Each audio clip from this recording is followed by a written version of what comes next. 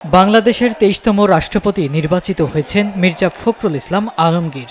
আর তিনি রাষ্ট্রপতির দায়িত্বে আসীন হওয়ায় শূন্য হতে যাচ্ছে ঠাকুরগাঁও ১ আসন, যা ঘিরে জেলা জুড়ে শুরু হয়েছে নতুন রাজনৈতিক সমীকরণ। সম্ভাব্য উপনির্বাচন ঘিরে এখন আলোচনার শীর্ষে রয়েছেন মির্জা ফখরুলের ছোট ভাই মির্জা ফয়সল আমিনের নাম।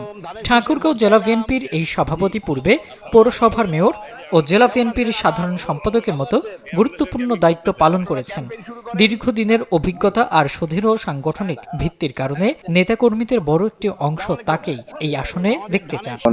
ঠাকুরগাঁওর মধ্যে তার এই ছোট ভাই ফয়সাল আমিন ভাইকে আমরা এখানে। তবে চর্চায় পিছিয়ে নেই পরিবারের আরেক সদস্য মির্জা ফখরুলের বড় মেয়ে ডক্টর শামারু মির্জা। পেশায় চিকিৎসা বিজ্ঞানী ও গবেষক শামারু অস্ট্রেলিয়া প্রবাসী হলেও বিগত নির্বাচনে বাবার পক্ষে সক্রিয়ভাবে প্রচারণা চালিয়ে স্থানীয়দের নজর কেড়েছিলেন।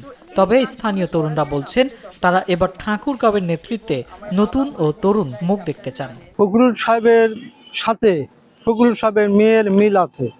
এই আদর্শের জন্যই আমরা ফখরুল সাহেবের মেয়েকে চাচ্ছি এক আসনে। আসন শূন্য আসনে মূলত আসলে কারা নির্বাচন করবেন, কারা জয়ী হবেন।